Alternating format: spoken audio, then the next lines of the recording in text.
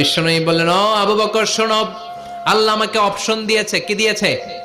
আল্লাহ বলেছে, নবী আজীবন থাকতে চাইলে থাকেন, আর আসতে চাইলে চলে আসেন। আমি থাকতে না চেয়ে আল্লাহর কাছে চলে যাওয়ার ইচ্ছা করলাম। সাইয়েদনা আবু বকর কান্না জুড়ে দিলেন। বিশ্বনবী বললেন, আসসালাত আসসালাত, ও আমার উম্মতেরা, নামাজ তরক করো না।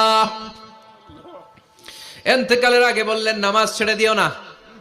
আর বললেন, ওয়ামা মালাকাত আইমানুকুম, তোমাদের অধীনস্থ কর্মচারীদের সাথে খারাপ আচরণ করো না। ঘাম শুকানোর আগে পয়সা দিয়ে দিও। আর হাত দুটো উঁচু করে বললেন, আল্লাহুম্মা ইলার রাফিকিল আলা, ও আল্লাহ আমি আপনার কাছে যেতে চাই।